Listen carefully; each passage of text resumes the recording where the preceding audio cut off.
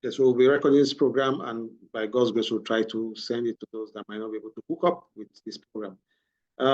We'll be calling on Professor Yorov to, in just 2 minutes, briefly introduce himself personally, and we'll move on to the program itself.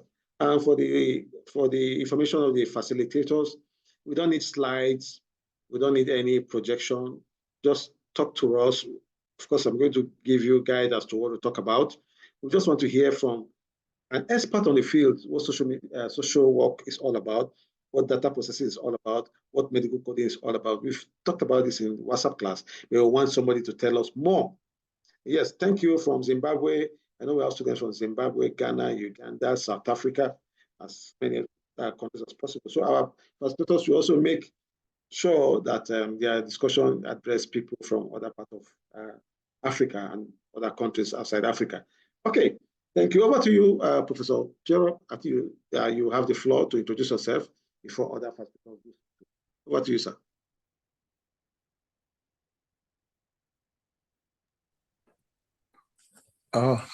Hello, good evening all. Good evening, sir. Thank you for having me. Yeah.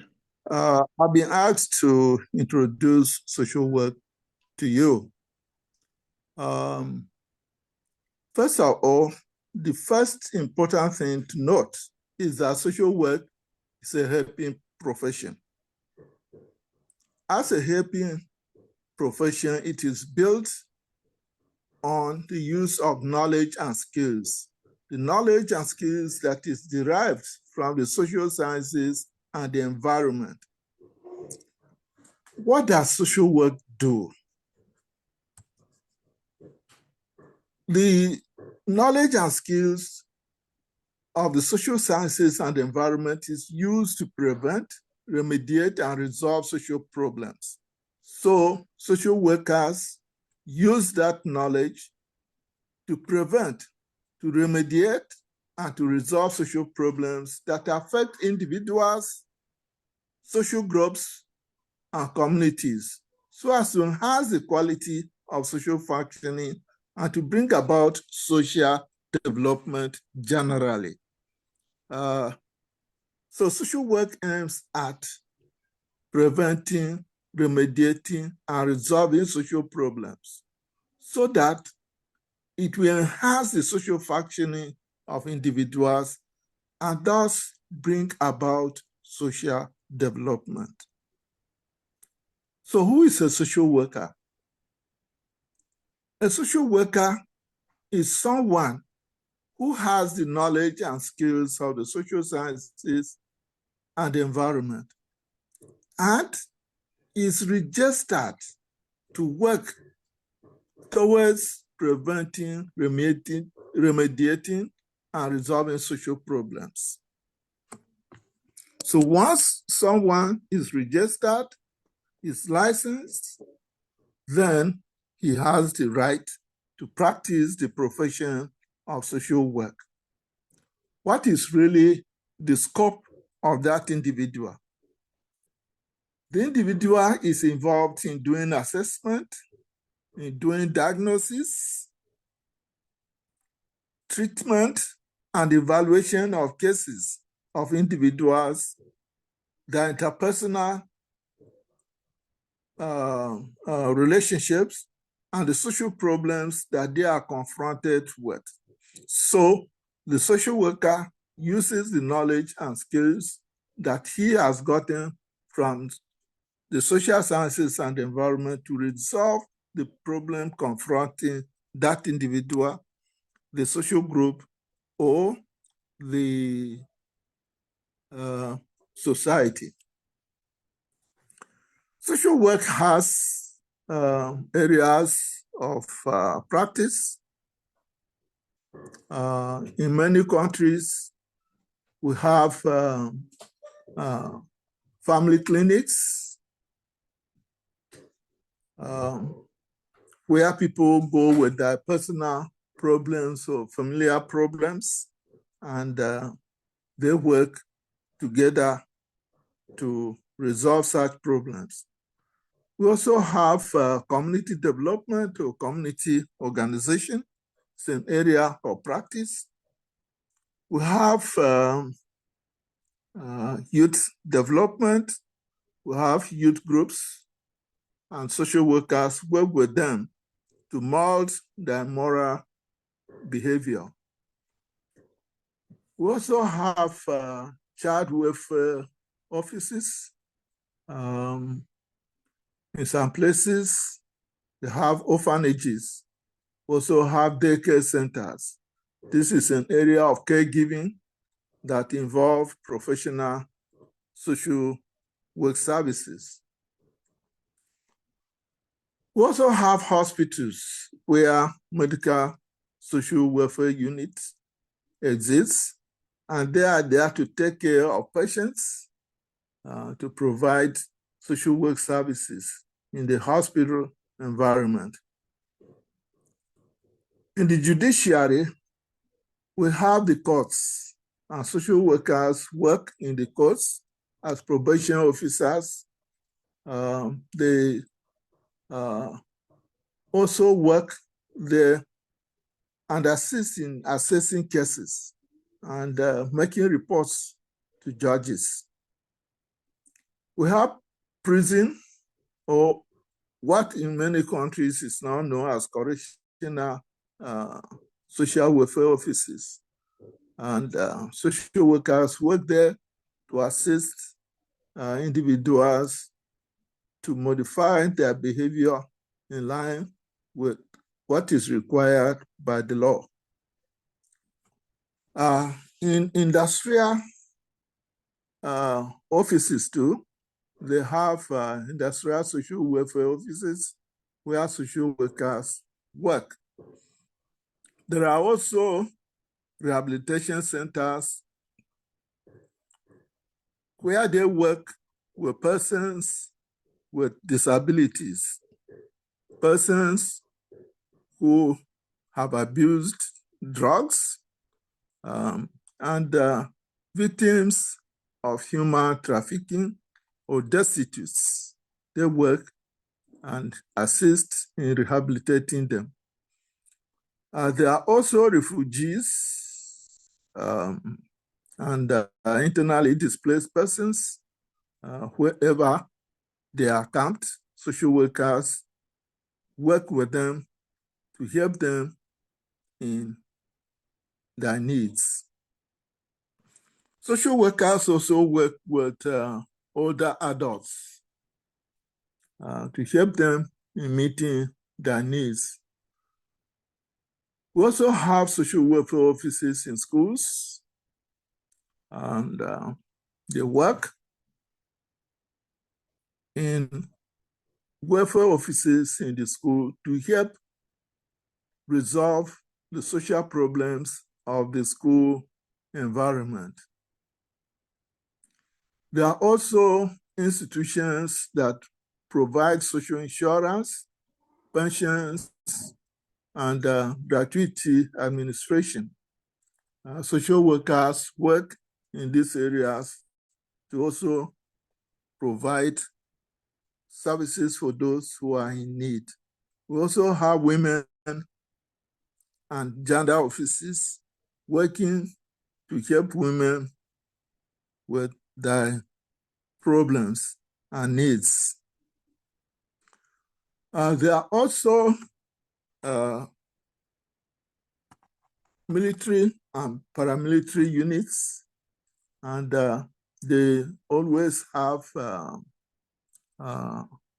offices that provide social welfare services, and social workers are employed in those places to provide welfare services.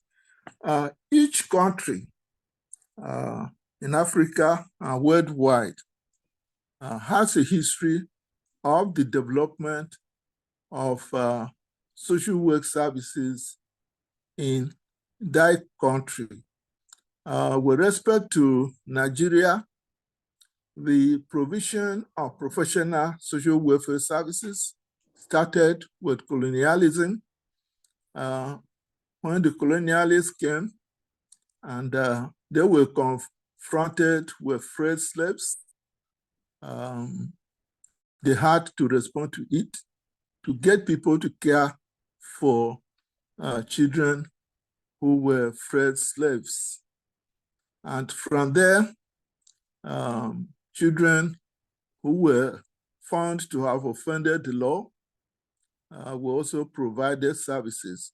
And this extended to family counseling and other areas of professional service. So in a brief, that is what social work is all about. With respect to my brief, the director of this program has told you already. I've worked in academics.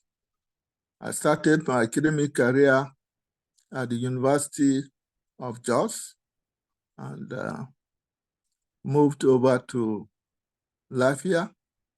I've also worked in other universities during sabbaticals, but presently I'm with University of Mka at Mka in Boko, in Nigeria. So thank you. I await further questions and interaction with you. Thank you. Okay, thank you very much, Prof. In fact, I just felt as if you should just continue, but I know we have time constraints on our side. We are going to squeeze in the three facilitators giving us what they have within these 2 hours that we have. So far, so good, Prof. You've done justice to this program. Okay, if you have any question, please feel free to ask Prof.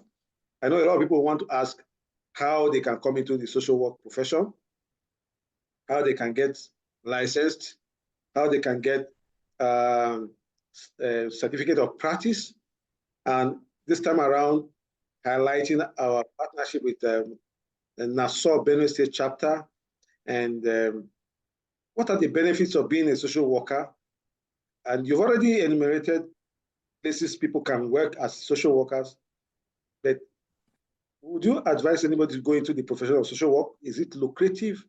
And things like that. So maybe I will also give you room, Prof, to talk about these areas. Thank you, sir.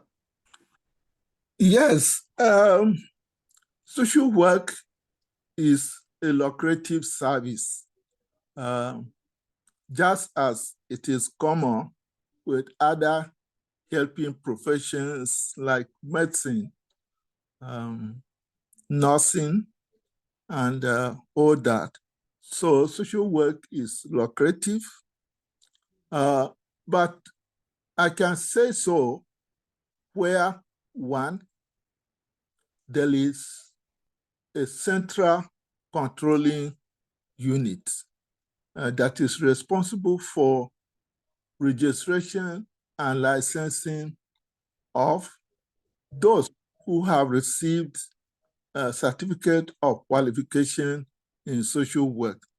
There are countries that do not license, so it is open for every person to come in and provide service. But where it is controlled, properly controlled, then it is lucrative because it is only those who have certificate of qualification, they have presented themselves, they have been registered and given a license to practice. Where that happens, the work there, the service there is really lucrative, and people get money for the service they provide. How can one come in? In Nigeria and many countries in Africa, there are educational institutions that offer training and certification in social work. So you just Google and you can get some of these institutions that are accredited for offering training to social workers. There are various levels at which one could come in. If you have now passed through an educational institution, you don't have any certificate at all, you can receive training in auxiliary caregiving. If you an educated person, but it is difficult for you to get an accredited institution near you where you can receive that training. You can also have access to auxiliary type of training in social work and receive certification. There are institutions that offer undergraduate diploma programs, usually two years, and at the end of it, the person gets a certificate. In some countries, that is done in polytechnics or training centers owned by government, where the diploma certification is offered. Then there are undergraduate programs in social work. Many universities are offering that in Africa, in Nigeria, in Ghana, in South Africa, in Tanzania, in Zimbabwe, and several other countries. There are universities that are offering training at the baccalaureate level in social work, and people go there and get training, get certification, and then they present themselves to the central controlling body so that they are registered and licensed to practice the profession of social work. Presently, there are no institutions that are offering these online degree programs in social work. There are some that partially they offer this long distance training, and part of it is offered online, but there's a period that you are physically required to visit the institution, receive face-to-face contact training, and before you are examined and awarded a certificate of qualification in social work. For those that received degrees in other fields of endeavor and who want to move over to social work, they can go for a postgraduate diploma in social work that is offered in many institutions in Africa. Many universities are offering that, so they can go to such institutions and receive a postgraduate diploma in social work. It's usually for 1 year. For the degree program, it's usually 4 years or 5 years, 1 year with 1 year internship, that's 5 years. But for those who are coming from other disciplines into social work, it's just 1 year training. And in each of these programs, there is internship, or what is known as field practicum. We then have the next level is the master's program in social work. Those that have done their first degrees in social work, they go for their masters. Those that have come from other fields, after receiving their postgraduate diploma, they then go in for a master's program in social work. It's usually have a minimum of 3 semesters. 2 semesters for the coursework, and then 1 semester for field practicum or internship, after which the person receives a certificate of qualification at the master's level. We also have PhD, the Doctor of Philosophy in social work, which many universities in Africa are offering now. That qualification is for those that intend to pursue academic service, to teach, and to research in social work. The training is usually for 6 semesters, and it also involved a period of field practicum or internship. So briefly, these are the levels of training available in the field of social work. After each training and certification, the person can then present himself or herself for registration and licensing by the central controlling body for the social work profession. Thank you. Yeah, thank you so much, Prof. It was a delight listening to you and to know that we are on the right track. Yes, I also want to let everybody know that we are currently affiliated to Nassau Benue State chapter, Nigeria Association of Social Work, or Social Workers, sorry, Benue State chapter, and that by virtue of this training, you can become members of Nassau. That will be spelled out to you in due course, maybe in the next 2-3 days after you've gotten your certificate. Details will be sent to you by email for those of you that want to join Nassau Benue State chapter. And this certificate also qualifies you to participate in the auxiliary program that will be coming up soon.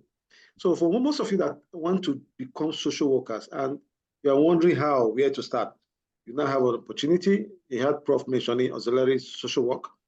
You can just go in straight like that. You must have some level of background. So this certificate gives you the opportunity to also join the auxiliary social work program. So you're on track. I want to appreciate Prof. We'll just take the 5 questions, 5 hands we have here. Anthony Ujagbe, Mubarak Halidu, Agumbi Ade, Fatima Adekoya, Taiwo. There may be, okay, Noho Ibrahim. But please, your question should just be in seconds, just 30 seconds.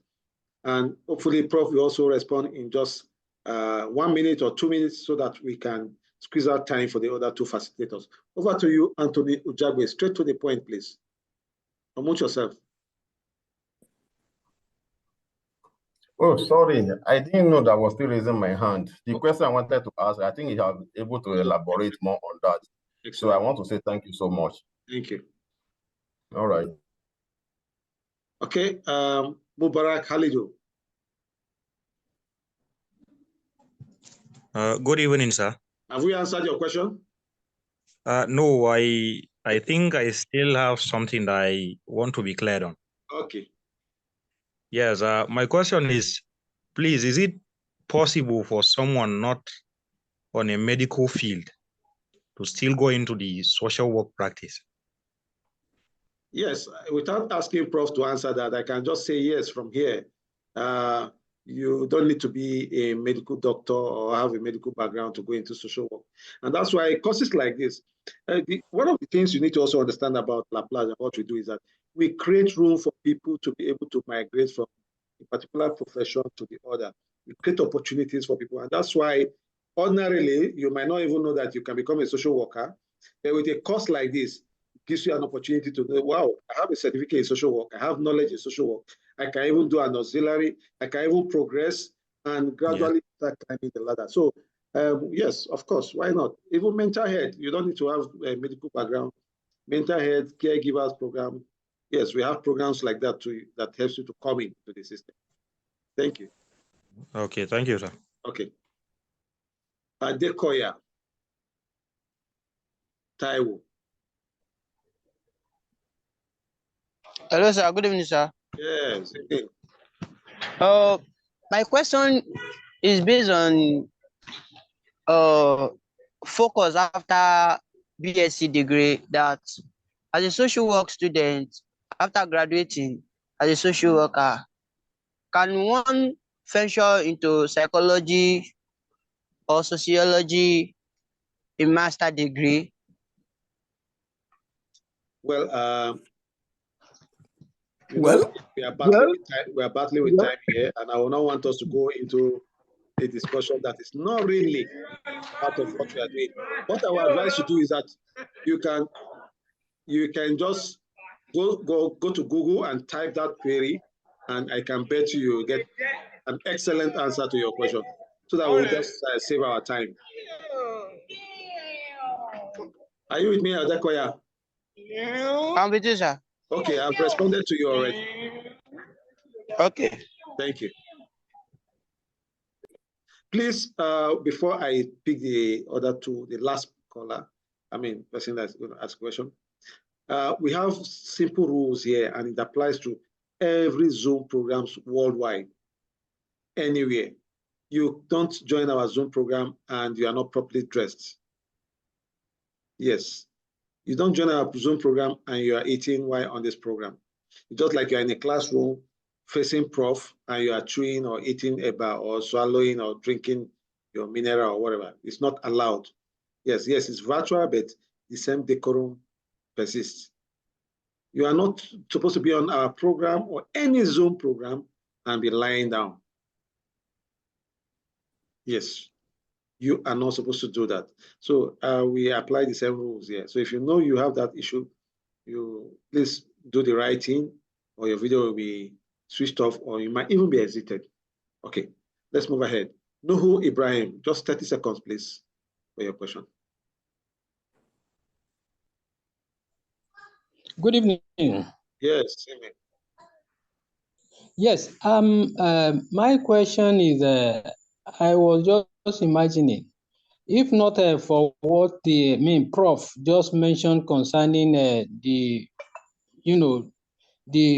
scope of duty of social workers, I wouldn't have known that they are the one responsible for those who are taking care of drug abusers. Mm-hmm. Sir, in Nigeria, is this program, is it recognized among ordinary people? Because I see people only rely on nurses, doctors, Red Cross, and some other sister body who give social services. Is it recognized among ordinary Nigeria? Is there awareness about what a social service provider gives to ordinary, common citizens in Nigeria and in Africa? Thank you very much. Yes, before Prof responds to that, I want to quickly say that one of the reasons why social media is important is that it spreads information quite quickly. And there are a lot of things happening, especially in this country, another part of the world that people are not aware of. And just like you said, thanks to this program, you are now aware of where social workers work and what they do. Yes, someone might be a Red Cross, but still be a social worker. Someone might be a policeman and be a social worker. You can be a lawyer. It doesn't stop you from being a social worker. So, like what Prof just said, social workers are virtually found in every aspect of life. But let me just hand over to Prof to finish in touch with that. Over to you, Prof. Yes, thank you very much. You have answered the whole question. What I will do is just add some examples. He talked about psychiatric services. We have the Arrow Mental Hospital. in Southwest. And we have professional social workers there who are providing services. Up in the north, we have the psychiatric hospital in Kaduna, and there are professional social workers working there. Some have PhDs, and they are providing the service. So as the director has mentioned, we have social workers in virtually all the fields of endeavor. And there are social welfare offices there where they work and they provide social work services. So you are welcome. Okay, thank you very much, Doctor. Prof, sorry. Thank you very much. I want to quickly acknowledge the fact that we have people from Bangladesh, Liberia, South Africa, Ethiopia, Uganda, Ghana. Yes, and they're all just there. I'll keep mentioning them as they come up. Okay, we've done justice to this topic, social work, and I want to inform you that you are going to find yourself in a group where you can always have interactions. And for those of you that will be doing auxiliary social work, caregiving, you'll be meeting Prof very often. He will guide you, you'll be under his tutelage. And I can assure you that when you graduate, going through his tutelage, you can perform and hold your own high anywhere in the world. You will come out the best. So just watch out for the program. We'll be announcing it soon. Check your emails, check your text messages and WhatsApp. And above all, ensure you join our alumni group on Telegram so that you can be getting information about programs like this. God bless you. Thank you very much, Prof. We can excuse you now so that you can have some rest. And if there's any other need, we will contact you privately. Thank you so much. Thank you too. God bless you. Thank you. Thank you. Yeah. Okay, that was a very wonderful session with Professor Joro. Yes, he gave it all, and there's nothing else to add or to subtract. When an authority speaks, you know that authority has spoken. Okay, we'll move on to the next speaker. And I hope the person is ready. Yes, just give me 1 minute and let me be sure that he is available.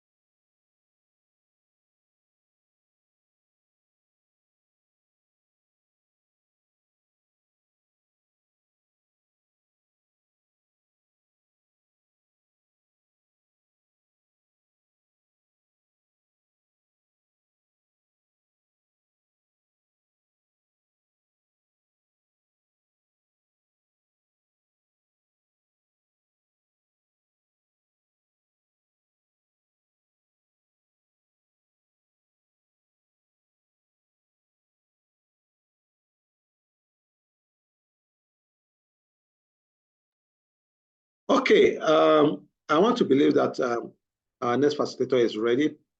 Mr. Peter Rindam, are you here? You can just raise up your hand. Let's see you. Because I can't find the name. Peter Rindam, just raise your hand, please.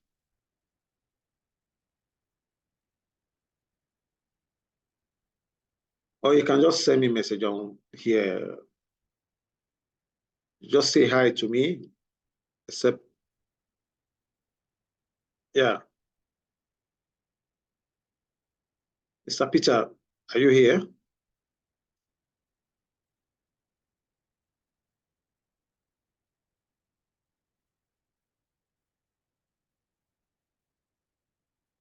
Yeah, Mr. Peter, if you can hear me, just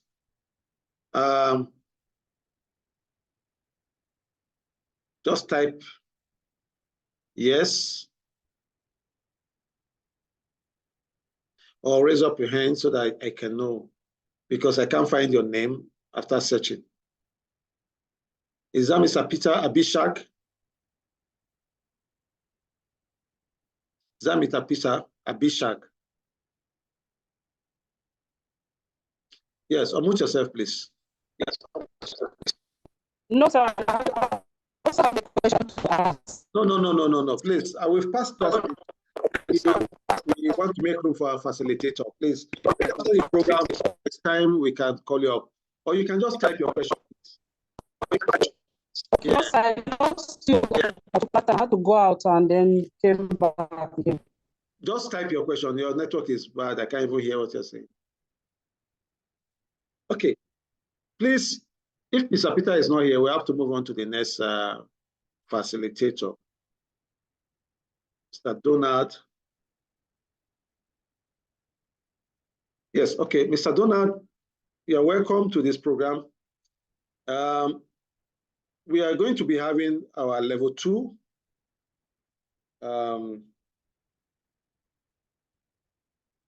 with Mr. Donald on data processing. And I can assure you that after your level 2, you will come out a different person. And it's going to be very affordable too. Yeah, very, very affordable. So he's going to be talking to us about data processing. We've done so much in class about data processing, but you haven't talked about data processing for just 10 minutes. And we have another 10 minutes for you to ask your question from 5 persons so that we can go around about data processing while preparing to do our level 2. But this is an opportunity for you to hear from the horse's mouth and learn so much again. Thank you. Over to you, Mr. Donald. Please introduce yourself briefly and tell us what data processing is all about.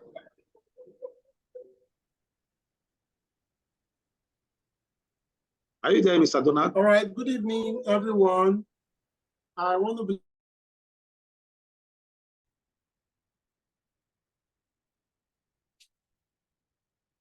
believe you can hear me. Yes, go ahead. We can hear you. All right.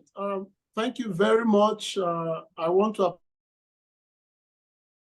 appreciate of Plage Metaverse for this. It is very, very uncommon. And I just want to the opportunity. And then for everyone here present today, I welcome you. Data processing. But before I go, my name is McDonald Ehiwe. I am a professional data analyst. I studied mathematics and computer science and 12 years of field working experience, consulting for brands and building data solutions across different sectors and different industries. I want that data analysis and data processing is actually a virgin field as long and as far as Africa. Why? Because there is a great need for companies and firms to drive profits and multiply sales, minimize costs and expenses. Of course, this is the goal of every organization. And I followed through on the 3 days of data processing class. I watched all the videos. The 2 days of data processing class, I watched all the videos and read through all the topics. And I also want to say, please, if you have not gone through all of those topics and those course materials, I will advise you, if you really want to take data processing and data analysis as a core field, you need to go back to those materials and study. It is fully packed with information you need at your fingertips.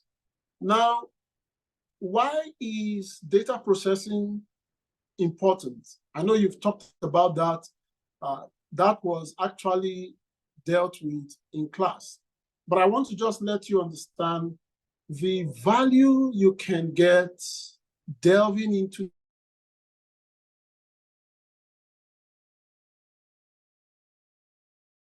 analysis benefits you as an individual, as a business person, as a student, and wherever you find yourself. Then the next thing I'm going to address here is it for me? What if I am not a science student? Can I get into data processing? Is it a field I should look forward to? So I'm going to be hitting on those notes today, and then I'll give you opportunity for you to ask your questions. Top brands in the world today are seriously looking for ways to streamline their operation process, buying processes, how to control user buying pattern. And nothing gives you confidence as an organization or as a business than you know very well that for over a period of time, past, present, you've had customer base that patronize you for a certain service in a certain way. Are you able to keep track of those data? And then now what data processing does for you is that it gives you the opportunity to collect those data from customers, prepare those data, transform those data, and then analyze the data to make informed decisions. The goal of data analysis and data processing is to drive data-driven decision or make data-driven decisions, whether in your life or whether in your businesses or whether in your organization. Now, I met a particular client that wants to build a data model for his business. And he asked the question, we have lots of customers, but we realize that our revenue is being generated by few of our customers. We want to be able to know how much, to what extent these customers contribute to our revenue base, and we want to be able to provide special services for those people that give us over 60 to 70% of our revenue base. And I asked them the question, what do you have? What data do you have? And they gave me an 18-month data. And after the analysis, they were able to improve their services because they have that information. Now, when you have data at your fingertips, you have power and you can decide a lot of things just from your data. You're a student. In this class, I believe we have students, I believe we have business owners, I believe we have even clergymen. As a student, you can use data analysis and data processing skill to earn revenue as a side hustle, as a freelancer. That means if you become very good in it and you practice as a data analyst or as a data processing student, you can actually register in some of these freelance websites and get yourself jobs to do alongside. Now, I also want to say this, that as a data processing student or a data analyst, the global scale of remuneration as a data analyst, as an entry-level data analyst, is between the ranges of $25 to $35 per hour. And you can get those remote jobs easily by registering on most of these websites. So if you are looking at working remotely from home for companies abroad, then data processing is a skill that you should begin to take a look at. If you are in business, you have been doing business for how long? 1 year, 2 years, 3 years. What are you doing about the customers that are walking into your office and then going out? Do you realize that if you are not collecting the data in your business, analyzing the data in your business, transforming the data in your business, you are leaving over 90% of the revenue that you are currently making? Let's put it in perspective. If in your business, your monthly revenue is 100,000 naira, but you have not taken, you don't have any data structure you are currently running your business on, that means you are not collecting data. You are just selling, going to market, buying and selling. And you make 100,000 naira in revenue. Guess how much you are losing every month? You are losing 90,000 naira in revenue that would have been added to the 100,000 to make 190,000 naira that you would have been making, just by simply ignoring the customer data that you have. Every business person, and I repeat, no matter the sector you are, whether you are in buying and selling, trading, or whether you are in services, you are offering services, selling of product, whatever it is, there is a data model for every businesses. And that's more reason why, if you are a data analyst or a data processing student, you have lots of options. Your opportunities are limitless, because over 80% of the companies in Nigeria today do not have a data structure for their business. And they are looking for data analysts and data engineers, data scientists that can help them collect this data and make meaning out of the data.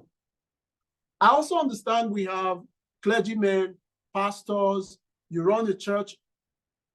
Friends, every Sunday when you go to church, they ask for first-timers. What do you do with the data you collect from first-timers? Data analysts and data processing cut across every field. In short, it is the 5th most highly lucrative skill in the world today. You can Google it and see exactly what I'm talking about. It is the 5th most highly lucrative skill in the world today.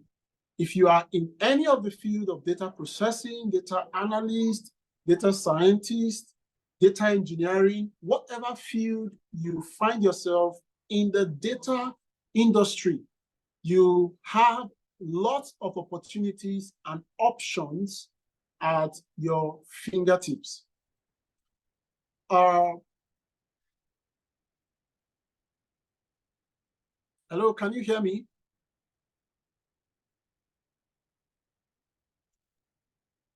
Yeah, I can hear you. Okay. So we've been able to cover quite a lot in the course of the class. The level 2 section of this class is coming up pretty soon. Mr. Saza is going to announce the date and procedure for the level 2. And like he has said, it's going to be very, very much affordable. And it's fully practical. Everything that you have learned in the level 1 is theory. That's why I'm asking you to go back and read those theory. In the level 2, it is fully practicals back to back. You are going to learn how to collect data, what kind of data you are collecting, how to process those data, how to transform those data, how to manipulate those data, then how to visualize those data. And then in level 3, you'll be learning how to create data models for business, data products, data solutions for business. And with your certificate, with Plage certificate that you have, you can work anywhere in the world, because you will not only have the certificate, but you will be well grounded as a data analyst, and you can stay up anywhere and make good income for you and your family. So data analysis and data processing is a field I always encourage everyone to get involved with. Now, the last thing before I will entertain your question is, if you are new to data analysis and you keep asking yourself, is this something I can get involved in? Is this something I can do? I can tell you that previously I have taught people from social sciences, arts, completely arts, law, whatever it is, any field. With the way the lectures have been structured, you don't have to have any previous knowledge to become a student of data processing and data analyst, because we're going to take it from beginning, from the start, from the basis. So whether you are new, or whether you are in science field, or whether you are in art field, whatever, the class has been designed to accommodate you. So without wasting much of our time, I'll just leave this last word. If you have 100 miles to go, you do not cry about how far you have to go. But what you decide is take the first step. From that moment, you realize that you have 100 miles to go, and it becomes 99 miles. Cover the first mile, and it becomes 99 miles. And I also want to say this, my last word. The secret to success as a data analyst is practice. You must practice and practice, number 2, practice, number 3, practice, number 4, and practice, number 5. Without practice, you cannot show yourself approved, not only in data science or data processing, but also in every field. Thank you once again to the Plage Metaverse for the opportunity, and thanks to everyone who is currently here. I will entertain your question as they come. Thank you, sir. Okay. Thank you very much, Mr. McDonald. You've sorted it out as far as data science is concerned. And we keep telling our students that you don't have any reason why you shouldn't be working, either for yourself or for an organization. All you need to do is upgrade and develop yourself, invest in yourself, and you see yourself being so valuable that people will look for you everywhere. What you just need to do is do what people need. Acquire that skill people need. Don't just rely on the skill or the education you had some years ago. And the work is moving and moving at a very fast speed on a daily basis. So for you to catch up with the world and what the world needs, you need to also upgrade. And what we just succeeded in doing here is just to ensure that you get the best training in the world, you get the best of materials, the best of facilitators, just for a fraction, just for something that you can actually afford. So you achieving your dream is now very affordable. You don't need to pay in huge amount of dollars or naira. You can just afford it, and yet you can compete with the best in the world. I think we actually need a very big kudos from you for that. Okay, thank you. We'll be taking some questions now, just 5 questions. Each question should be just 30 seconds. Please, straight to the point. And I also, I hope the facilitator will also use 30 seconds or the most 1 minute to respond to each question so that we can move on to the next facilitator. Emmanuel Owazuike, are you bribing me? Or you are praying for me? Okay, let's start with you. So we have Emmanuel Owazuike. We have a Techno Camon 12.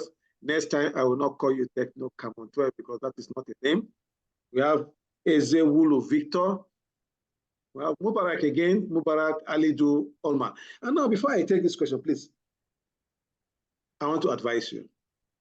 When you take a course with Plage, yes, it's good to have your certificate, but also make sure you have that skill you have that knowledge and back it up with your certificate, I can assure you that even in the White House, you should be able to work in the White House.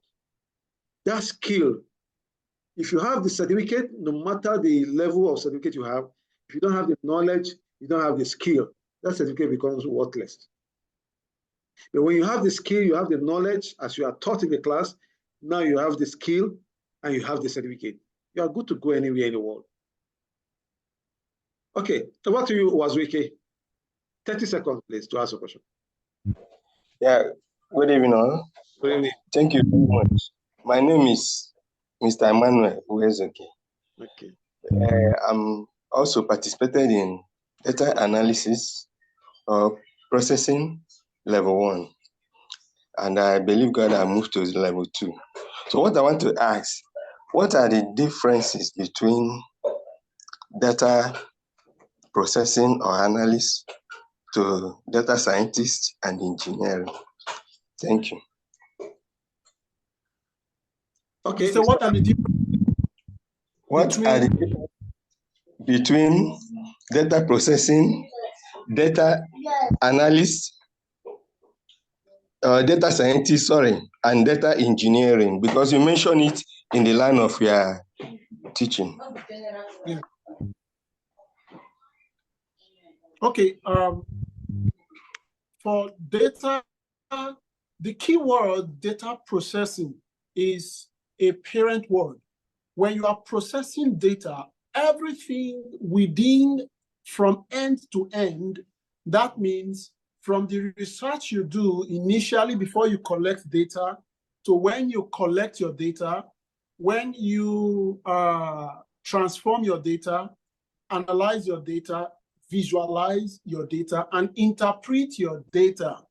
All of these processes are data processing because you are processing your data from from data into information. You're transforming the data into meaningful information. And then in the field of data analytics and data science, it's a wide, it has wide sectors and different sectors. Engineering has engineering data analytics. Healthcare has healthcare data analytics. We have business data analytics. And it goes on and on for different industries and sectors. You have different rules of engagement and rules that guides their operations. So for data processing, everything you do within the bands of data collection, transformation, analysis, visualization, and data interpretation, all of it is data processing. You're processing your data. And then when you now come to data analyst and a data scientist, they are two very similar words, but they are different. Data scientist works on predictive data analysis, while data analyst works on prescriptive or statistical data analysis. So that's the difference. Data scientist works on large data sets, while data analysts work on pre-edited data sets or small sets of data, compared to when a data scientist is actually working on its data. Okay. Does that answer your? I want to believe you've responded to him. Are you there? Has it answered your question?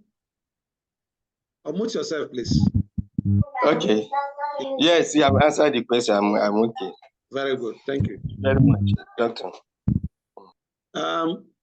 Eze Wulu Victor. You have only 30 seconds to, in fact, let me make it 10 seconds to ask your question. Unmute yourself. Good evening, sir. 10 seconds. Good evening, sir. Yeah. My question goes like, first, data processing level 1 material. I haven't gone through it. Maybe I was late or something. I didn't know where the platform where they sent it or something. Second question is as a statistics, as someone who has BSc in statistics, I'm looking for what do you advise I go into, or what field do you advise I go into the data world? You study statistics? Yes, sir. Okay. And you want to know what field you should be advised to go into?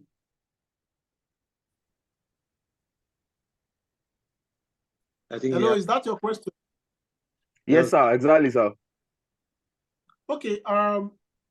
Statistics is actually a fundamental in data processing or data analysis.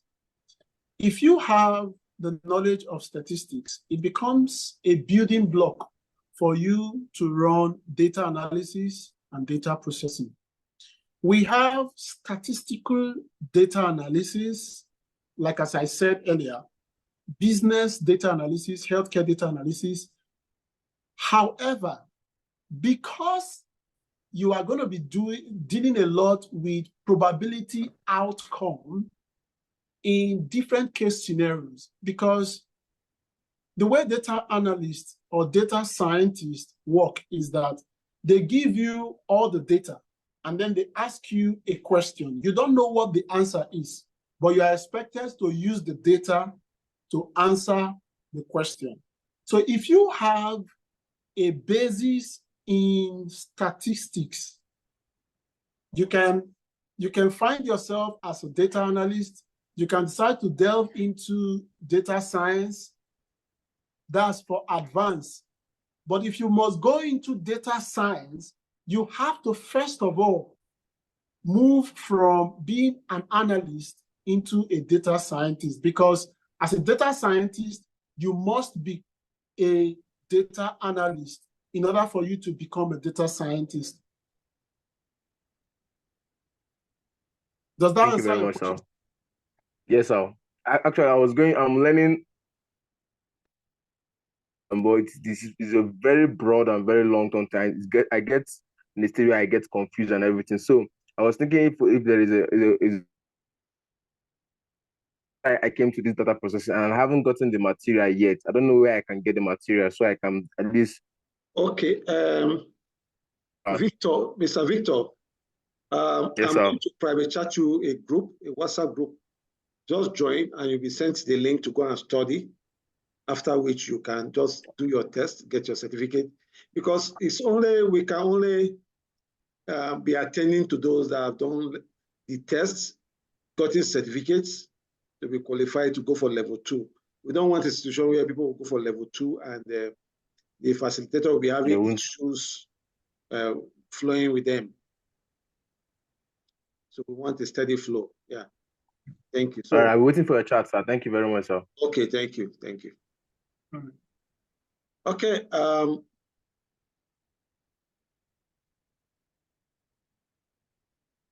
Dr. Odo Joseph Obiora.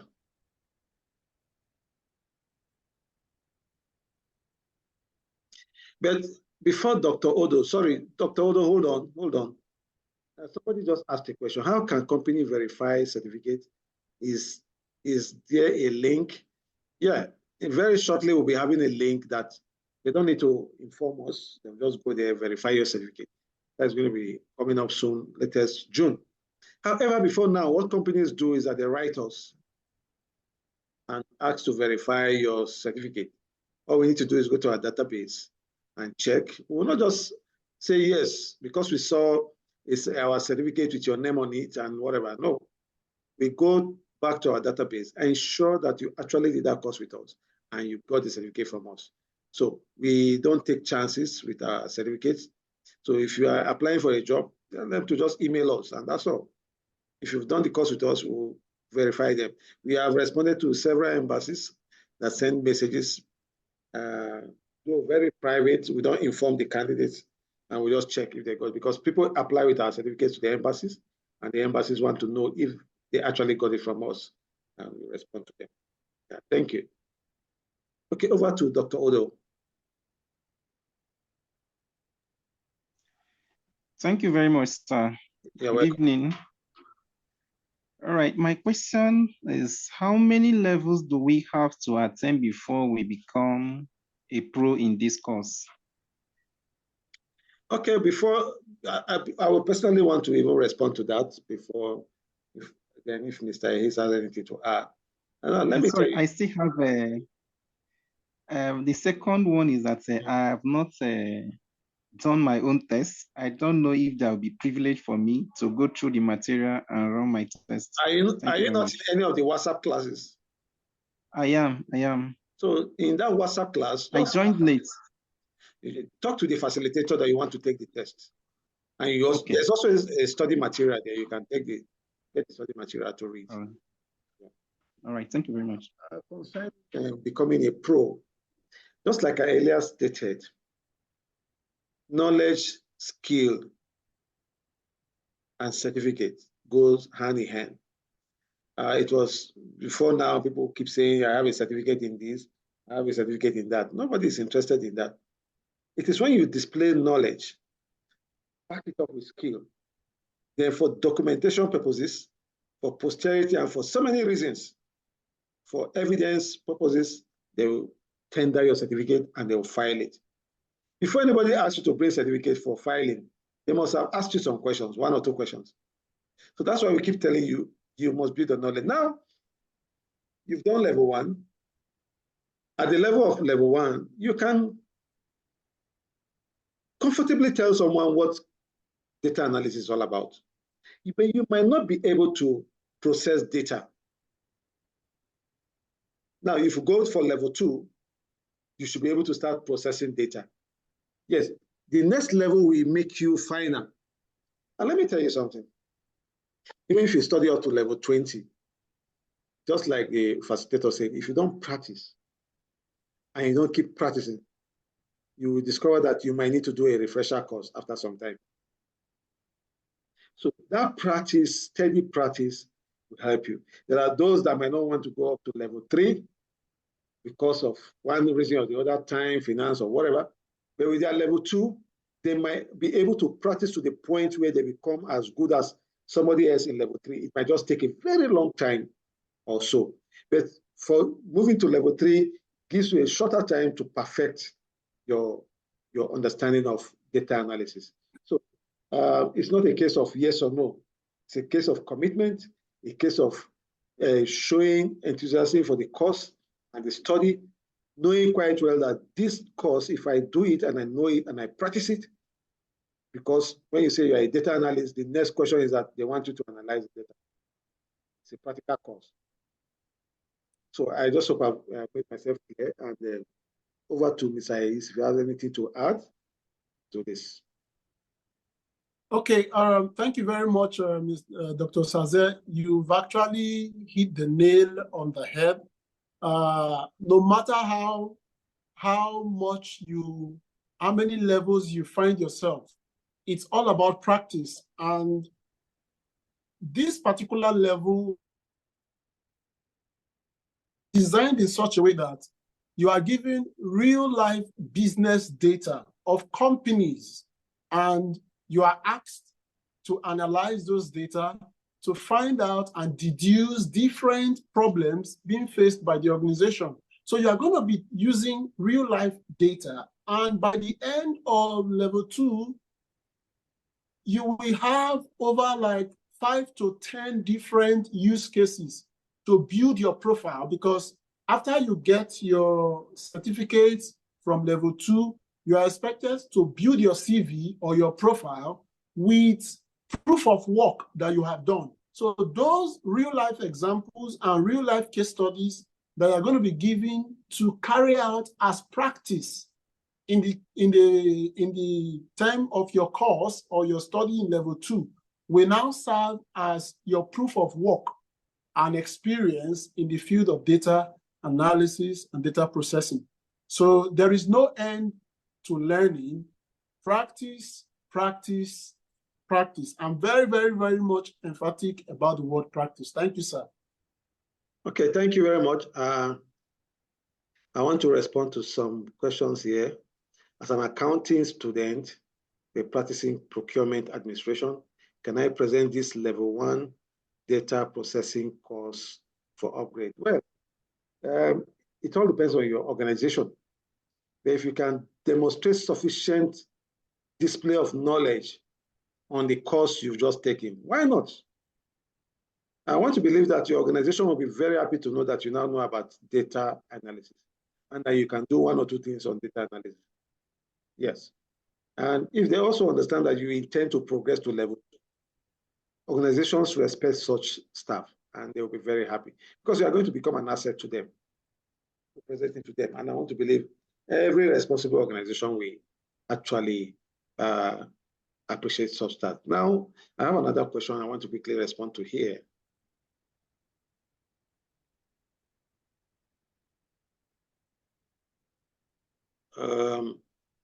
Can someone without a background, okay, no? Yes, like we said, regardless of a background, it's an opportunity for you to come in.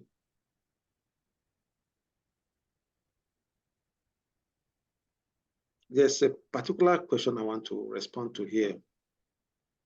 I hope the person has not deleted it, but let me see.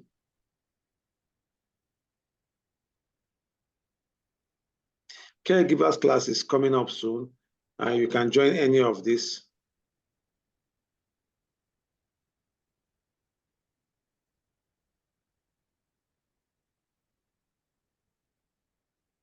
Okay. Just a minute, let me just respond to that because it was a serious issue. Okay, I want to believe the person has deleted that because it was not important. Anyway, what the person asked was that how do you pay for certificate? Because she was told that she has been scammed or whatever. Yes, I don't think you even need to bring that issue up. Maybe that's why you deleted it, because you can be on Zoom taking courses for the past 3 days or so, a course of what class repute, listen to a professor, and you'll be talking about being scammed. Anyway, in your class, when you want to pay for certificate, please, whoever taught you in that class for the past 3 days or 2 days, whoever gave you that link to join the whatever, should be able to give you an account number to pay into. Like I said, from June, you'll be having a central account number to pay into directly from our website. That is going to be done anytime soon. But I think if somebody has taught you in a class for some days, you shouldn't have a problem making payment into that person's account, especially if it's a corporate account. Thank you very much. Okay, I want to take just 2 more questions and move on to the next facilitator. Anna, over to you. Just 30 seconds, Anna.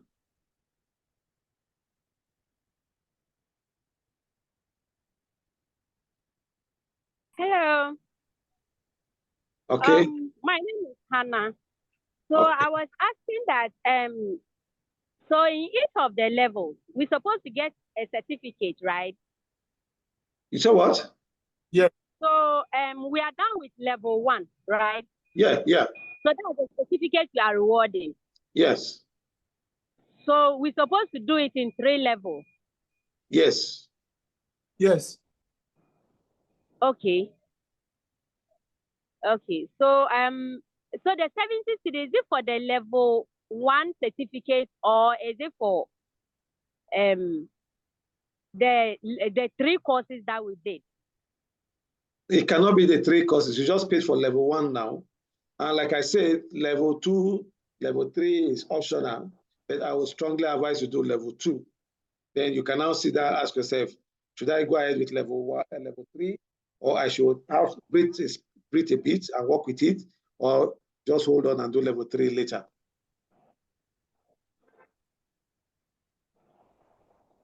All right. Okay. Thank you so much. Thank you.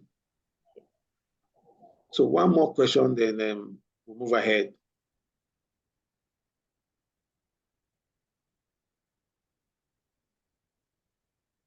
Please send us an email, Oka for Prince. Send us an email. Or you have the certificate already. Just type support@laplaceservices.net. Just type Laplace Services on your email search bar when you log into your email, and the certificate will come up. You don't need to stress yourself about that. Okay, just one more question, and then we'll be through. Joyce Lynn, what's your question, please?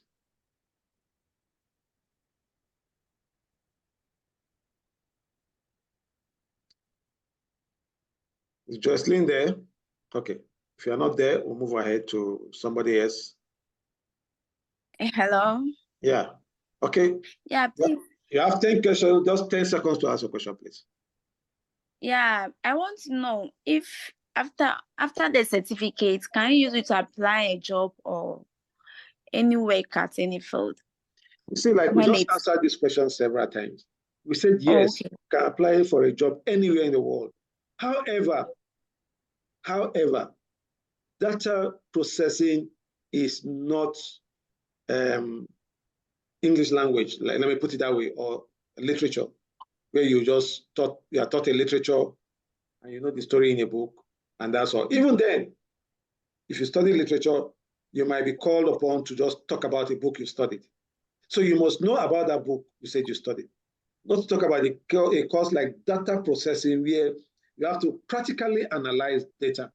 A company will not employ you to analyze that data if you are given data and you cannot analyze it. So when you are saying get a job excellently, yes, you can present this anywhere in the world. We can assure you that. But the question is that, can you do the job? And that's why we keep saying your skill, your knowledge, and your certificate. Please, let's work on those three. This is one major areas we have issues in Nigeria. The last place I worked several years ago, I was interviewed, I was employed, I became a GM, managing 75 people in a massive factory. Until I left that company, nobody asked me for my certificate. In fact, nobody even cared if I even went to university. Why? Because I was able to prove to them that I can deliver. At that point, nobody cares to know, do you have a certificate? So, but at the level you are right now, get a certificate. It helps you to move to the next level, acquire proper skills, deeper skills, and keep practicing like the facilitator said. Keep practicing, expand, dig deeper. In fact, just tell yourself, I want to end up becoming a data analyst. And this is where I'm starting from. And that's all. Yeah. Thank you. Okay. One more question, just one more, and that's the end. Abduli Minte. Unmute yourself, please.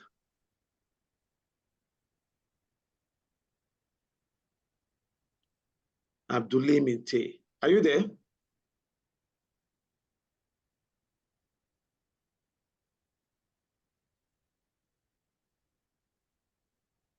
Abduli, are you there? Please go ahead.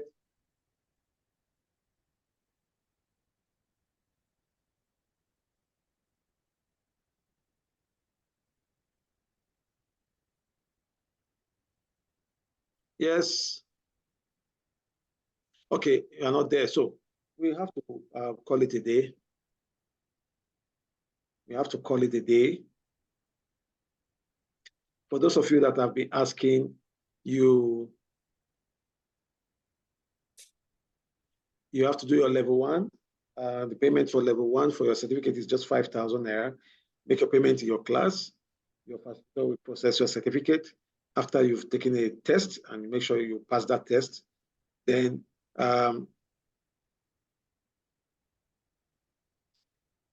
okay, after you pass the test, for those of you that will pass the test and get a certificate, you will be sent a link to join for your level 2. Yes, we don't want to announce the fee right now because I'm still talking to Mr. McDonald, who is going to handle you for that practical session. I'm appealing to him on your behalf to still see how he can work on the fee, but I want to believe that the fee is going to be so affordable that you will be happy to pay for it. Okay, I just got an information here. Let me say this here. Valentine Onoche. This course is being brought to us at virtually no cost. I happen to have tried to apply to do PhD data science at the University of Texas for 6 months at a cost that is humongous. when compared to what we are getting here. Well, we said it earlier on that we want to ensure that every African have access to world-class education at a zero cost. And when you pay, it will be so that it will not be compared to the amount of value you're going to get after getting that knowledge and certificate. And that's what we are doing, and we intend to keep it that way. And that's why you see people rushing to Plage Metaverse to take courses. The quality is there, and yet it's highly affordable, the most affordable in the world. Okay, thank you, Mr. Donald. I want to believe you've done justice to this topic. For everybody that have listened to him, you can be sure that when you are doing your level 2, you are going to get A to Z about data analysis. In fact, I'm going to be a student in that class too. So you can be sure to see me there in that class. So if I'm going to be in that class, you should know that it's a serious matter. I also just left a class today with Nigerian Institute of Peace and Conflict Resolution. So I'm also a student like you. So I also take classes. And so the worst thing that can happen to you is not to study. Every opportunity you have, please go to class, get something, invest in yourself, keep migrating upward so that your value keeps increasing. As the society keeps increasing, you too keep increasing in line with society. Thank you, and God bless you. Okay. Thank you very much. Thank you very much. Thank you. Thank you. Now we are going to move on to the next speaker. He's going to have just 10 minutes, 15 minutes to talk to us about medical coding. We've done everything about medical coding already in the class. So he's going to talk to us about medical coding. Then just have some few minutes to ask questions. Over to you, Mr. Peter Greenham. Over to you. Please unmute yourself, please. Good evening. Good evening, sir. Hello, good evening. Yes, I am. Good evening. Thank you. I'm very grateful for this opportunity to be part of this lecture. Yeah. I am Peter Greenham, a registered nurse by profession, and a mental health nurse specialist. I'm a lecturer with FCT College of Nursing. I'm excited to present on this topic, medical coding. As I'm just giving just 15 minutes, I'll be brief. Medical coding is a process where when a trained medical personnel or specialist turns medical diagnosis, procedure services into equipment information in a standardized alphanumerical code that is applied to the patients for the purpose of billing. So medical coding majorly is a process which is useful in translating medical diagnosis and procedures, and also services that is rendered into universal alphanumeric codes. What I mean by alphanumeric codes here, I'm talking of alphabets and numeric codes that is internationally accepted by all organizations for billing and reimbursement. And this is coming from American Academy of Professional Coders. Now, where can actually one apply the knowledge of medical coding? We make use of medical coding in National Health Insurance Scheme for people that are working in the National Health Insurance Scheme. In the hospital, when a doctor, a nurse generate or perform any services on a patient, you generate codes. You enter the code into your system, and you send to your National Health Insurance or HMOs, health management organizations or officers, and then they will now send you back a message that will now help you be able to give the necessary services and the billing. So we have several types of medical coding. We have International Classification of Disease 10th revision, which is used for diagnosis coding. We have Current Procedural Terminology, CPT, which is developed by American Medical Association, which describes medical, surgical, and diagnostic services. When you look at it, when you go to the hospital, those of you that are civil servants or you have had parents that are using NHIs, you discover that for you, to go to a hospital, that a case that this surgery, they will tell you that yes, this one is under NHIS. This procedure, this test is not captured. This one is captured. What they simply use is they use medical coding. Then we have Healthcare Common Procedure Coding System, HCPCS, which covers supplies, equipments, and services not included in the current procedural terminologies. And then we also have hierarchical condition category, which use Medicare Advantage payment models.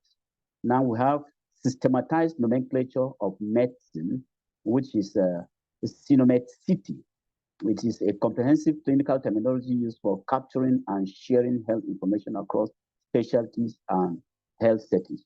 Now, where is the importance of this medical coding? What is the relevance of it? It's actually helping accuracy in billing. It helps you to be able to bill your patient properly so you don't underbill, you don't overbill. It facilitates reimbursement. So it helps correct coding ensures that providers are paid promptly for their services. And the next one is for data analysis. Importance of medical coding is for data analysis. So coded medical data is used for statistical analysis and for research purposes. And then for quality reporting, you want to report back to your service providers, you want to report to government, you want to report to NHIS. It helps for quality reporting and for fraud detection and prevention. We discovered that there was a time I had a patient, I took my patient to the hospital. I'm actually a nurse, a staff within the facility, but I said there's nothing we can do to help you in this case because everything is computerized. So we cannot help you. Everything, we enter a code, the code now go to a central system, and then the billing officers will bill it based on the code, and the code now tells you what actually the services that was rendered. And so there was nothing that could do. So it helps to detect fraud, and it helps in regulatory compliance. Proper coding ensures compliance with this regulation, avoiding penalties and legal issues. And then it also helps to streamline workflow. It enables efficient record keeping. It simplifies claim submissions and support. And so the next and the last importance is standardization. It helps to promote consistency and interoperability across healthcare system, enhances communication and data exchange. Now, for somebody who is not a medical personnel, who is not a nurse, who is not a doctor, who is not a pharmacist, who is not a health personnel, how can I get trained as a medical coder? Those who impute medical coding are called medical coders. How can I get trained as a medical coder? You can get trained as a medical coder in institutions. Okay, for instance, like Nigeria or any country you are, we have a health management information system where you can get them in schools of health, colleges of health. You can also get it in the universities. Some universities have the health information management system where they run a diploma, they run the postgraduate, they run masters, even PhD in this program. So if you are not a medically inclined personnel and you want to be trained in this, I advise you can go and take a postgraduate diploma. You can take a diploma in health management information system or health informatics, and then you get it. You can also get it through online programs like the way we're doing now, and then you are certificated and the license to practice as a medical coder. You can also get it through some local provisions in the hospital. Most hospitals now in Nigeria are using medical coding system. So everything is on the coding. So like health information records. So you can go to them, they can train you locally, and then you can be certificated. You can also get it through the professional organizations. When you do, take for instance, you take a course, then they will train you and then give you an opportunity to do internship in medical coding, where after you have been tested, certified, you will be licensed to practice as a medical coder. And I tell you, it offers you very great opportunity to work in the hospital, to work in the HMOs, health management organizations, also helps you to work with National Health Insurance Scheme. It betters your opportunity to work even in the hospital as in the health information management system or record unit. So it is very, very important, even as a health personnel, that you are working even in your unit as a doctor, as a nurse, as a pharmacist, as a lab scientist, whichever cadre you are, you need health management information, in fact, medical informatics of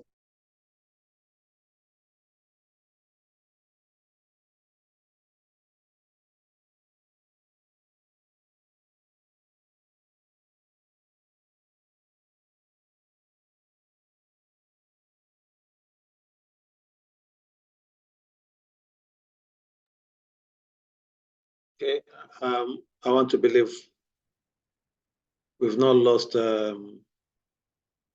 You can be any. I hear you. Hello, are we together? Hello? You can go ahead now. Now I can hear you. Hello? Yes, I can hear you. Hello? Just go ahead. I can hear you. Hello? Hello? Yes, I can hear you.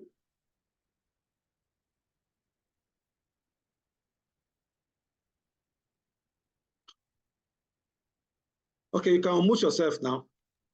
Please unmute yourself. Okay. Okay. Yeah. So in conclusion, medical coding is a vital process in healthcare, ensuring accurate documentation for billing and reimbursement. So it plays a crucial role in maintaining the integrity of medical records and facilitating communication between healthcare providers, insurers, and regulatory bodies, ultimately contributing to efficient healthcare delivery and financial management within the industry. So in summary, medical coding is just about when a doctor sees a patient, after taking the diagnosis and recording the information, the doctor now translate the information in the computer and send the information with appropriate codes to health insurance company, and then they will now send a code that will now tell you, okay, this one is captured in our health insurance, this procedure is captured, this procedure is not captured, and the services that is to be paid. So this is just done to help healthcare providers and the insurers to be able to reimburse the service providers appropriately without incurring any loss. And so I believe the brief and short period I have for this presentation, I believe you heard me. So just as I said before, I don't know if you got it well. I said, whatever profession you are, you don't need to be a nurse or a pharmacist or a doctor. You can just get it. You can get yourself trained. You're a graduate. Go to any health training school, the university. They run postgraduate diploma in health information management. Health information management. You go to colleges of health. They run a diploma program in health information management in those schools, or health records, or health informatics, or some of these programs are run in diploma, some are run in postgraduate, some are run in degree programs where you obtain training. And you can locally obtain training online through professional bodies in the hospitals and get certified and the license to practice. And I tell you, it's very lucrative. Hospitals now are migrating to health information records, and you need medical coding to be relevant. Any question? Okay, thank you so much. Thank you, Mr. Peter. We so much appreciate your time. We are going to take some questions. We are not going to waste more time, but he has said it all. Stop complaining that there are no jobs. Stop complaining that things are difficult. Nigeria is this, Africa is this. The issue is that, are you employable? So now we are talking about being employable. Plage Metaverse is opening up huge opportunities for people to veer into from their traditional background, educational background, and start having opportunities to get jobs in various areas. Like I just told you, if you are not a medical doctor, a nurse, or anybody, you can go into medical coding. Just get this certificate, and we will be sending you information. Please, we'll be dealing with those people that have gotten certificate. We will believe those ones need guidance and support. Those are the people who will be paying attention to sending you information on how to progress on this course, on this line of profession, where to do trainings, where to do internship, where to get opportunities. We'll be sending you all this information. So please, just know that we are standing right side by side with you, and we're not going to leave you anytime soon. We'll make sure you succeed in whatever you're doing. Okay, we are going to just take some few questions, then we'll call it a day so that we can move ahead to go and start getting our certificates. For those of you that have done the test, and that's it. Okay, Dr. Odo again. Please, just 10 seconds for your question. And I hope Mr. Peter will also use 10 or 20 seconds to respond to you. All right. Good evening, Doctor. Good evening. Good evening, our facilitator. Yeah. My name is Joseph Obiora. My question goes like this. As an art student who did not undergo science courses, eligible to run this course at diploma level? Okay, over to you, Mr. Peter. Yes, just as I said before, you don't need medical knowledge to be a medical coder. Medical coding is just about using alphanumeric values. You just need a little or no knowledge about medicine. But what you need now is the training. It depends on the certificate you have. As an art student, you can just walk to any training institutions. Like in the university where I graduated from University of Jos, they have a health information management system. You run diploma program, which is irrespective of your profession. You can go there. It's just a computer-based knowledge that they give you code. They give you values and attach it with alphabets. And they just train you on how to impute this data, link it up to other organizations. And that's all. You don't need the knowledge of sciences. So you can be trained. You can be trained locally. You can be trained by universities. You can be trained by colleges of health, colleges of science, technology, so where these programs are run. And there are medical coders. There are medical coders association, which you can also go and get involved, register with them, and they can train you and certify you. All you need is the certificate and the ability to perform on the job. So you don't need you don't need to be a science student to be a medical coder. Okay. I don't know if you heard me. Yeah, thank you, Mr. Peter. I think maybe probably one other reason some of them are asking, they want to ask, this very training they've had and the certificate they're going to get, is it going to be useful to them? Yes, the certificate is going to be useful to them because if you are applying with NHIS, NHIS does not only employ those who are medical experts, they employ people that cut across every discipline. And they will ask you, do you have knowledge on medical coding? Do you have knowledge on health management, informatics, or health management system? So they will ask you, do you have any training on it? They will ask, do you have training in computer or data analysis? And you say yes. They don't want you to show an evidence of the certificate. And then if you show the certificate, they will test you on the practical aspect. If you can perform, I tell you, you will get the job. I mean, you will get the job with ease. Thank you. Without any. Thank you, Mr. Peter.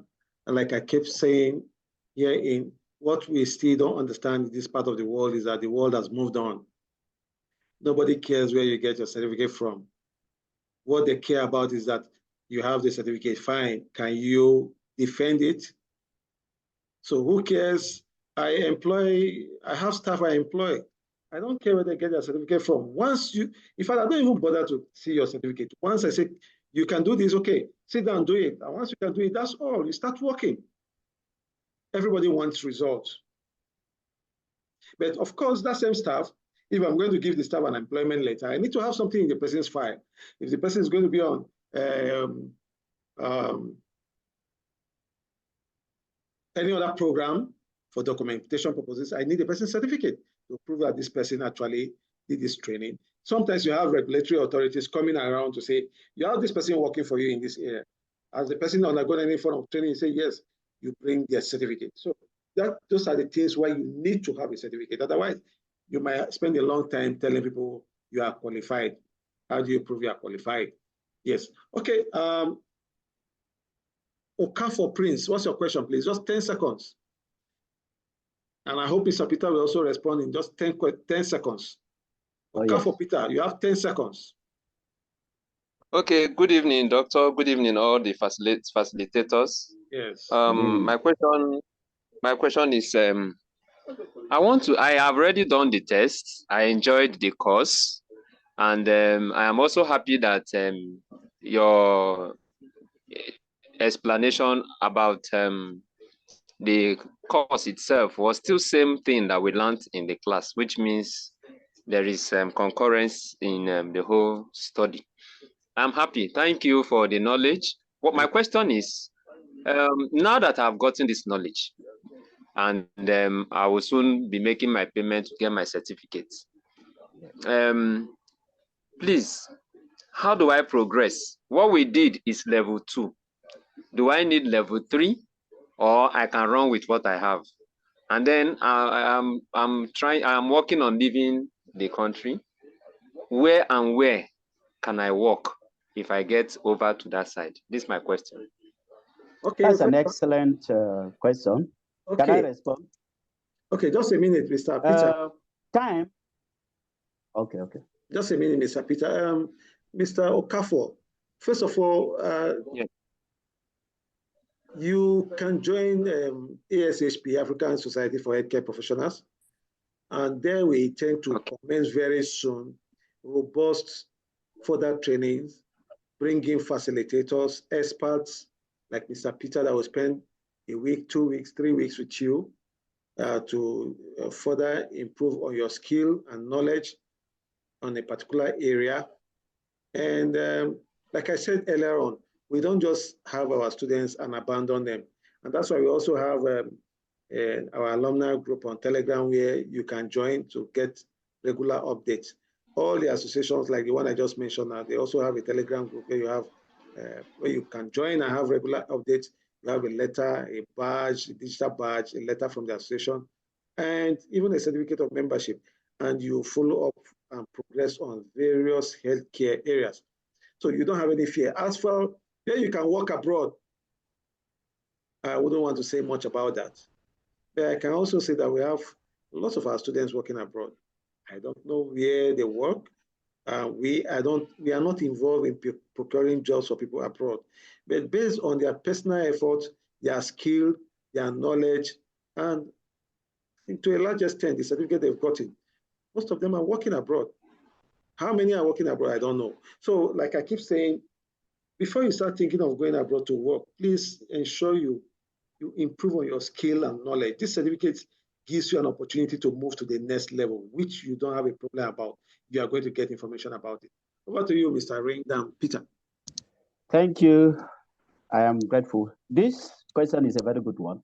Yeah. Time was on my side. I would have talked of medical coding in USA, medical coding in Canada, medical coding in UK, and the medical coding in the developing nations, and Nigeria is one of it. I would advise you are not relocating soon to abroad. I would advise you add more knowledge, move to the next level. But if you are relocating soon, when you get to abroad, there are organizations like international disease classification, international classification of disease and current procedural terminology. These are organizations that when you go there, in abroad, they don't only value certificate, but they value what you can use the certificate to do. Some people have knowledge, theoretical certificate. They have the certificate, but they cannot do the work. So if before you travel, get yourself trained, get to the next level, maybe level 2, 3, or upgrade yourself more and get more practical knowledge on how these things are done. You have a touch with how medical coding is done practically, do an internship, then you can be certified. I assure you, the travel, you will enjoy and you will tell more stories to those who are in Nigeria to join you. Thank you. Thank you, I don't know Mr. if you are Peter. Oh, you want to say something? No, I'm okay. Okay.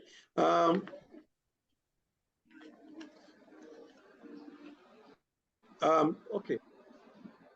Mr. Okafo, want to believe that you are okay with this and you've done enough, you've gotten enough information to proceed. Yeah. So please just understand that medical coding has different levels. So when you start talking about women anatomy or whatever, you don't expect when you're going to do a PhD or a master's or whatever in medical coding. Of course, you should understand that there are different levels. But what we are saying here is that at this entry point, for you to even get a job at a particular level of knowledge, please, an expert in the field has spoken to you. I'm not an expert on medical coding. You just spoke with a nurse, or you just listen to a nurse that is an expert in that field talking to you live and direct. It's now up to you to take up the challenge, take up the opportunity, and ensure that you become happy in whatever you want to become later. Thank you, ladies and gentlemen. We are going to pick just one more question from Mubarak Halidu, and it will be all over for the day.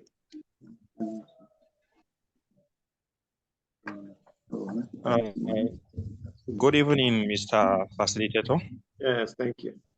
Good evening. What I want to say is more of a request, not a question, I guess. Please, for people like me, I know there are other people that are having the same problem like mine.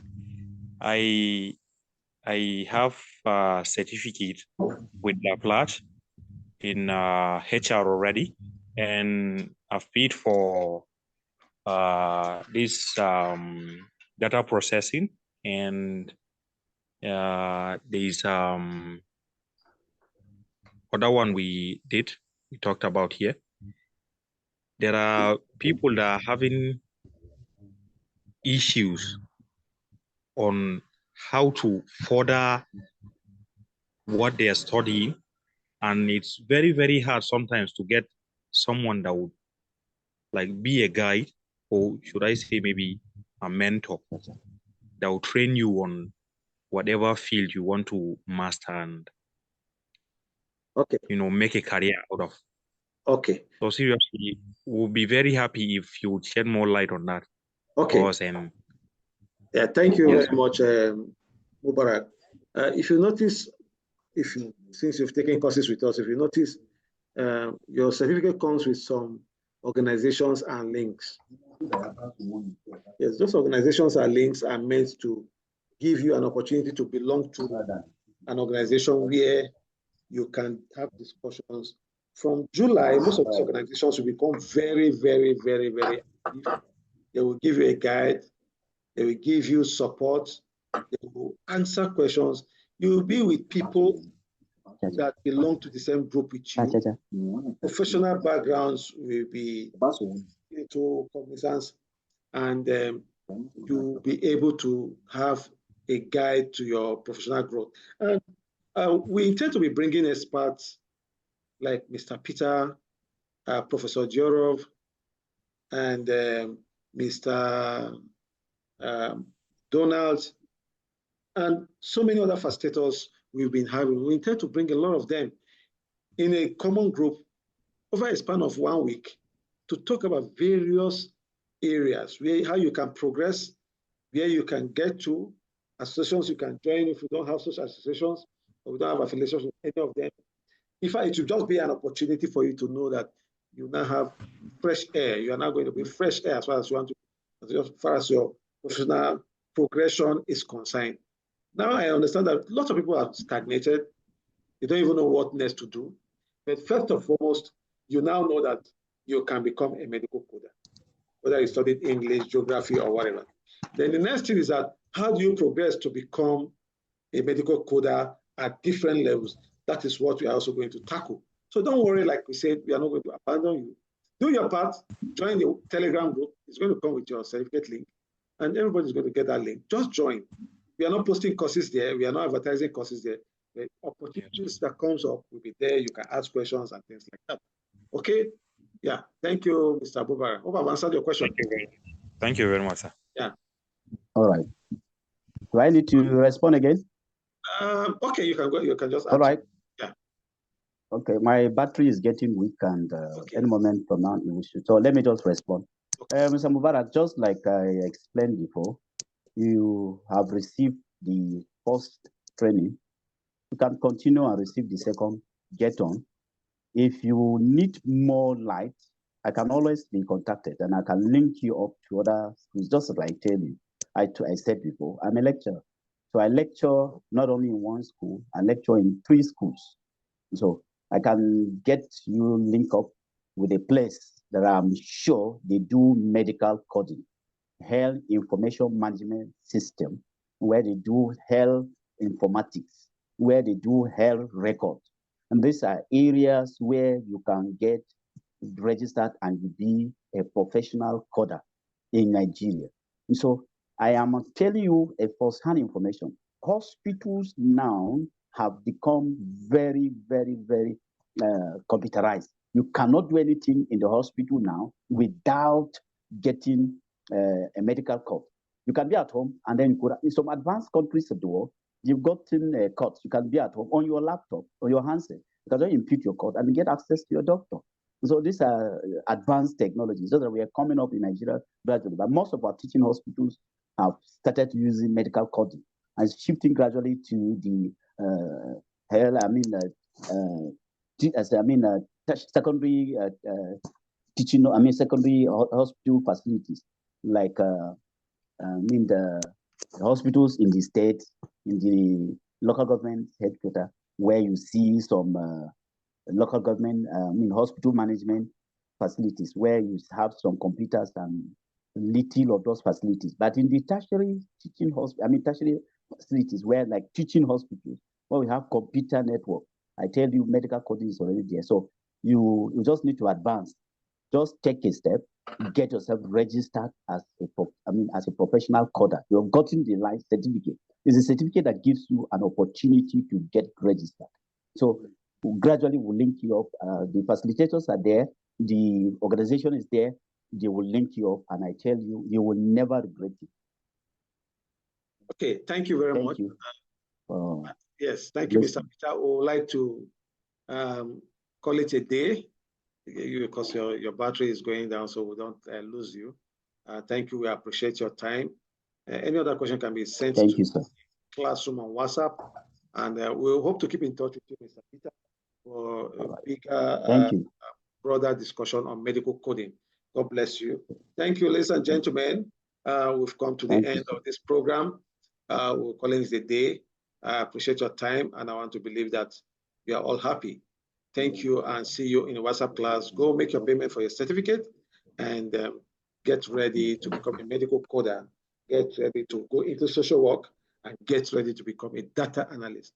And above all, get ready to live the kind of life you want to live, doing what you feel like doing, and being happy doing what you like doing. God bless you. Good night. Thank you. Good night. Yeah, good night. Good night, everybody.